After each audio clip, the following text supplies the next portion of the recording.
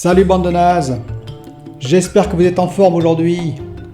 J'ai une idée, comme on n'a pas de RTX, notre super service, le cloud gaming, le GeForce Now, le truc d'enfer là, tous les joueurs vont kiffer, vous allez voir. Et du coup ils arrêteront de me parler des RTX. Mince, y a un problème. Tous nos serveurs sont saturés. Faut dire qu'avec 4 cartes et 3 serveurs... Vous commencez à m'emmerder avec tous vos problèmes. Ma mère m'a foutu dehors à cause de vous. Du coup, fini les bolognaises et fini les cassoulets.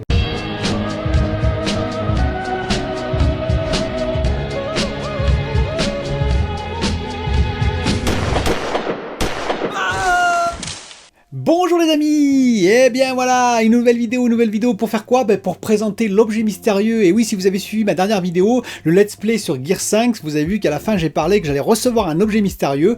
Alors si vous avez vu le titre et si vous avez vu l'intro, vous pouvez peut-être vous douter de ce que c'est. Mais voilà, on va en parler tout de suite. Est-ce que ça peut remplacer nos PC? Est-ce que ça peut remplacer les Xbox Series X et la PS5, cet objet? Eh ben je vais vous faire le bilan de tout ça rapidement, mais avant, bien entendu, je voudrais parler de Sony, surtout de Cyberpunk, Sony, Microsoft et tout ce qui se passe. Vous avez vu par rapport aux précédentes vidéos aussi où je disais qu'il y avait un potentiel risque de procès. Il ne viendra apparemment pas de Sony, mais il viendra peut-être d'avocats qui vont représenter des groupes entiers de consommateurs mécontents. Et c'est assez gênant, et ça déboule non pas à cause des problèmes, ce qui aurait été vraiment dramatique, parce que ça aurait fait un précédent énorme, des problèmes du jeu sur PS4 et Xbox One, mais parce qu'il a été supprimé tout simplement du Play Store de Sony. Et vous voyez donc que l'impact de l'action de Sony peut avoir un impact important par la suite sur CD Projekt Red. Donc Microsoft, eux, ils ont été un peu plus soft, puisqu'ils le laissent bien sûr en ligne, en achat, mais ils remboursent si vous n'êtes pas content du jeu sur Xbox One, ce qui est un peu normal s'il marche pas bien. En sachant que le patch 1.05 a fortement amélioré les choses, même sur Xbox One, visiblement, puisqu'on est passé, on va dire, d'un FPS un peu catastrophique à un FPS un peu meilleur sur Xbox One. Donc ça promet que pour le futur, c'est-à-dire qu'ils vont petit à petit peut-être arriver, effectivement, à faire marcher Cyberpunk, avec des downgrades bien entendu, avec des diminutions, mais sur les anciennes consoles, enfin sur les consoles PS4 et Xbox One première génération. Voilà, on suivra l'affaire, mais j'espère qu'il n'y aura pas de procès qui vont commencer à arriver de partout, parce qu'on parle également de procès aux États-Unis, etc., etc.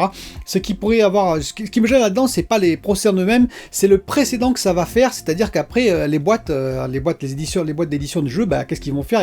Ils vont commencer à baliser, ils vont commencer à tout verrouiller, et ça pourrait peut-être nous impacter nous directement les consommateurs, et ça pourrait impacter aussi tout ce qui, on va dire, l'envie d'aller très très loin, au risque de se prendre les pieds dans le tapis. Voilà.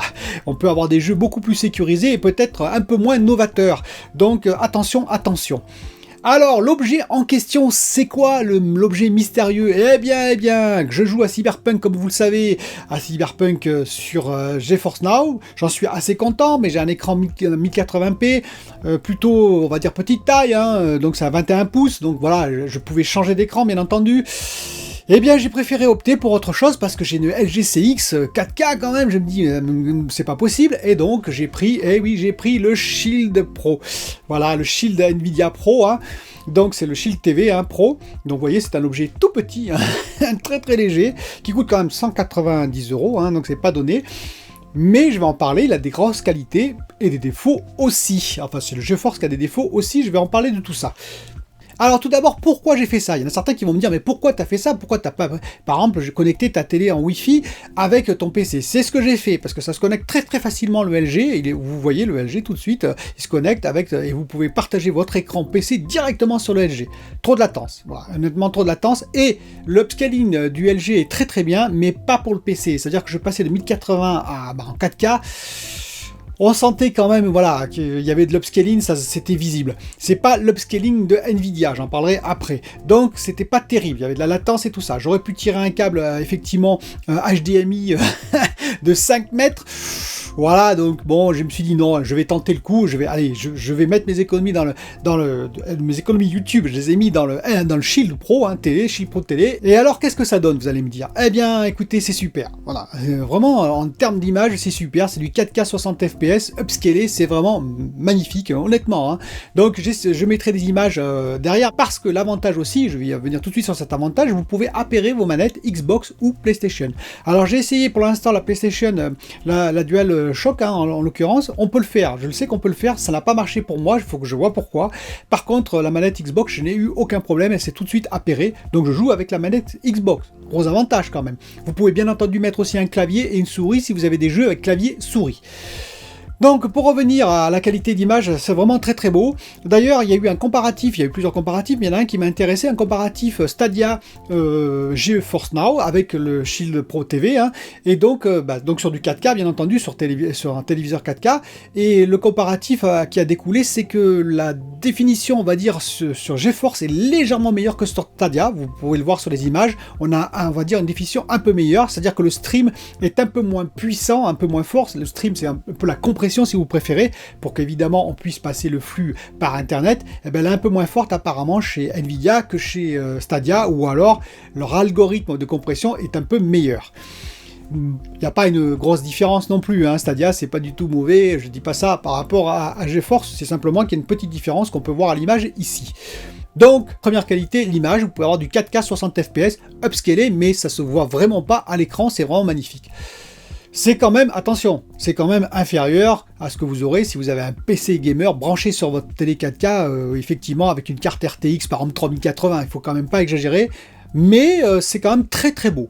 Deuxième avantage, vous avez pour un prix de 60 € à peu près, alors c'est 27 € les 6 mois actuellement, puis après c'est 5,49 €, vous faites le calcul, sur 12 mois ça va venir à peu près à 60 €, hein, on va dire 5 € par mois en gros, et la boîte à 190 €, vous avez l'équivalent, parce que c'est des titans hein, qu'il y a dans les serveurs, des titans de Nvidia, vous avez l'équivalent grosso modo des RTX 2080 Ti.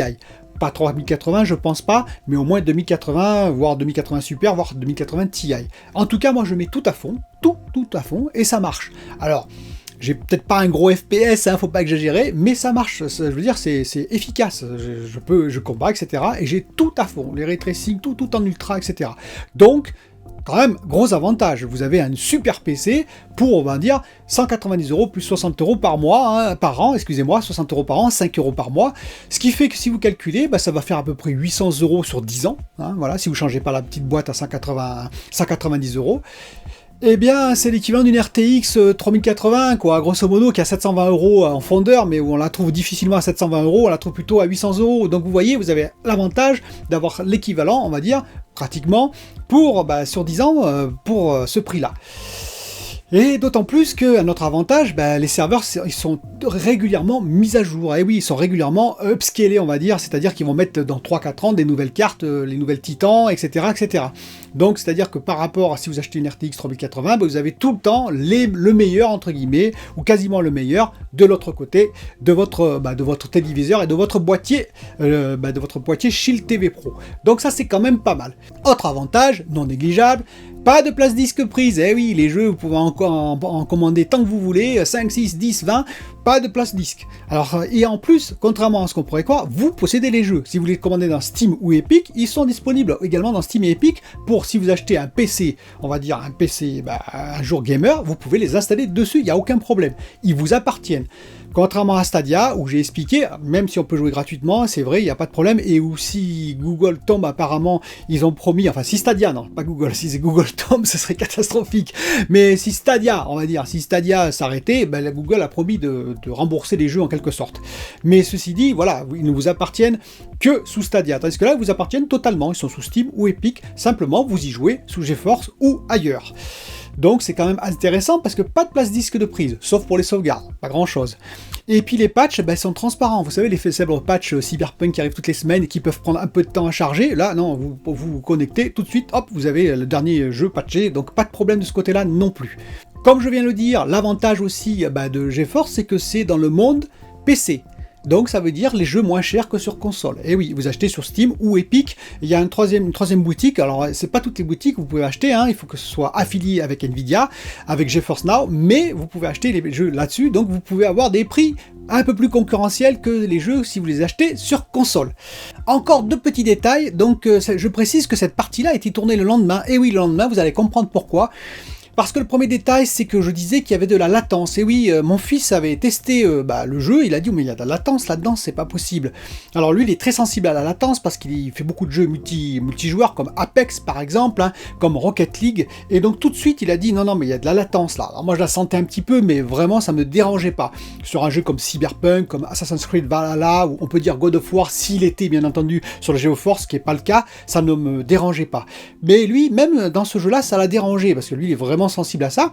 Et donc on a chargé Rocket League et il m'a dit ouais, si il y a la latence, voilà, ça se sent quoi.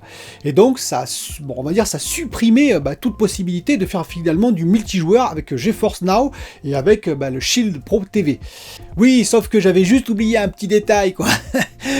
Oui, j'ai branché mon Shield Pro TV sur le téléviseur OLED, le LG CX. J'avais juste oublié de changer la configuration. J'étais sur configuration écho. Et oui, c'est important de regarder ça. Hein. Donc j'y ai pensé. Là, je me suis dit, mais attends, il y a un problème. Et donc j'ai mis sur sur, on va dire, les presettings jeu sur le LG CX. Donc sans rien changer. Hein. Et là, tout de suite, ça allait beaucoup mieux. Mon fils m'a dit, ah oui, effectivement, Rocket League, là, c'est jouable, Rocket League. C'est plus comme avant. Il y a peut-être un petit peu de latence, mais c'est vraiment très léger. Donc non, bien entendu, ce n'est pas adapté pour du multijoueur compétition, hein, ça c'est évident, parce que de toute façon, comme je l'ai expliqué, c'est du 60 FPS maximum. Voilà, donc c'est déjà limité par ça, et en plus, effectivement, il y a un tout petit peu de latence, mais elle est vraiment très légère. Le deuxième avantage, qui est vraiment plutôt pour les monteurs comme moi, pour ceux qui font des vidéos, c'est le stream, c'est-à-dire que vous pouvez streamer directement vos parties, vous pouvez même les streamer en direct sous Twitch, alors moi j'ai pas Twitch, mais vous pouvez les streamer directement sous Twitch, en temps réel, et oui, et sinon, vous pouvez bien entendu les sauvegarder, et c'est très facile, parce qu'après, vous reliez votre Shield Pro TV à votre PC par réseau et vous pouvez collecter directement dans le répertoire vos vidéos, c'est très très facile. Alors, avec tout ça, vous allez me dire, mais c'est pas possible, t'as été financé par Nvidia, voilà, t'as été sponsorisé. Pas du tout, hein. J'ai payé tout le moitié, je l'ai payé, tous les jeux, je les ai payés, j'ai rien de financé. Je dis simplement les avantages. Et maintenant, je vais dire les inconvénients, parce qu'il y en a quelques-uns. Le premier inconvénient qui n'est pas négligeable, il faut être fibré, quoi, grosso modo, ou alors avoir des selles super plus, puisqu'il faut au minimum 35 mégabits par seconde de débit, enfin, pour profiter pleinement, hein, je précise, de Shield Pro TV en 4K, etc. Voilà, c'est pas pour tout le monde, quoi, hein, grosso modo, si vous n'êtes pas fibré, non, hein, c'est pas pour vous pour l'instant. Le deuxième défaut, petit défaut, mais qui perdure en ce moment, c'est les temps de connexion. C'est-à-dire que, par exemple, le Shield Pro TV marchait très bien à midi, il a très bien marché ce soir, mais par exemple, j'ai voulu me connecter à 17h, impossible, il m'a dit tous les serveurs sont occupés, ils sont pleins. Je suis allé sur le PC, effectivement, il y avait plus de 900 personnes devant moi. Alors j'ai changé, hein, j'ai fait tous les serveurs, là j'ai fait tous les serveurs, il n'y a que les serveurs aux USA, mais là il y a trop de latence, donc pas possible de jouer, qui étaient à peu près libres. Voilà, ils sont victimes de leur succès. Oui, parce que GeForce Nvidia c'est tout petit par rapport à Stadia, Google. Je veux dire, en termes d'argent, Nvidia c'est rien par rapport à Google, c'est rien par rapport à Amazon ou Facebook ou Xbox avec le cloud. Donc leurs serveurs, ils en ont quelques-uns, mais ils en ont pas des masses. Or, ce qui est arrivé sur la PS4 ou la Xbox One, première du nom, qu'est-ce que ça fait? C'est que les joueurs ont fui, entre guillemets, ces plateformes, mais ils voulaient jouer à Cyberpunk, ils ont donc trouvé le cloud. Ils ont beaucoup entendu d'ailleurs, Lusty en a beaucoup parlé d'ailleurs de Stadia, il a dit Stadia et PC, j'insiste pour dire qu'il y a également GeForce, et puis il y a également Shadow, il n'y a pas que Stadia. Et donc ils sont rapatriés effectivement fortement sur Stadia, mais aussi sur GeForce, parce que évidemment, au point de vue prix, 27 € les 6 mois, écoutez, c'est pas si cher que ça, quoi, par rapport à Stadia Pro, entre guillemets. Et donc, voilà, il y a beaucoup de gens qui sont venus, et maintenant, le service est saturé. Mais ça, c'est temporaire, c'est un gros défaut, je le reconnais, mais temporaire. C'est-à-dire qu'une fois que la hype Cyberpunk sera un peu passée, une fois surtout que les jeux marcheront sur console comme il faut, et puis qu'ils arriveront en next-gen en plus sur Xbox Series X et sur PS5, je pense que le cloud sera un peu desservi, c'est-à-dire que les gens vont un peu quitter le cloud pour aller jouer en physique, entre guillemets. Et donc, on pourra à nouveau avoir accès plus facilement au service GeForce Now et sur le Shield TV Pro aussi. Mais les plus gros défauts vont arriver, et oui, car il y a des gros défauts. Le FPS, ça dépend de ce que vous mettez en qualité. Moi, j'ai mis tout en ultra, je ne tourne sûrement pas à 60 FPS 4K. Faut pas non plus rêver, je suis à 30 FPS 4K. Par contre, j'avais fait une vidéo où j'avais montré en full HD, je tournais à 60 FPS tout au maximum, je précise quand même, hein, donc c'est important de le signaler. Donc en 4K, vous pouvez faire du 60 fps, mais il faudra diminuer bien sûr plein de facteurs, ça c'est évident. Mais vous ne monterez pas au-delà de 60 fps entre guillemets, donc c'est pas tout à fait comme un PC qui peut monter à 120 fps. Sur Cyberpunk, ça m'étonnerait, mais ou alors il faut vraiment tout descendre au minimum. Voilà, donc c'est important de le préciser aussi. Le plus gros défaut, vraiment les deux plus gros défauts, on va dire, hein, la principale, ça vient sur le jeu. Ben oui, parce que Stadia, j'allais dire, Stadia aussi, hein, mais GeForce, Nvidia, vous n'avez pas tous les jeux sur la plateforme. Attention, ça veut dire que vous avez certains jeux que vous ne pourrez pas avoir sur GeForce. Par exemple, l'Ariane Studio, donc le studio Larian, refuse, n'a pas d'accord avec, ou plutôt avait des accords, mais voilà, ils sont partis pour des raisons, peut-être pas, pour des raisons de prix, hein, bien sûr, ils sont partis de GeForce, et donc vous n'aurez pas, par exemple, Baldur's Gate 3. Voilà, vous ne pourrez pas l'avoir sur GeForce. Mais attention, Stadia c'est pareil, hein, Stadia, il faut que le jeu soit développé sur Stadia, donc c'est la même chose. Vous pouvez avoir des jeux qui manquent sur Stadia aussi, hein, c'est la même chose. Il n'y a que Shadow, vous pouvez avoir tous les jeux que vous voulez. Donc GeForce, potentiellement, vous n'aurez pas tous les jeux, c'est important de le savoir. Et le deuxième défaut, oui, on ne peut pas remplacer les PC et surtout les consoles, Xbox Series X et PS5, pourquoi? Parce qu'on a 23 studios d'un côté, Xbox, 18 studios côté PS5, dont des studios dans les deux cas mythiques, hein, je vous le rappelle.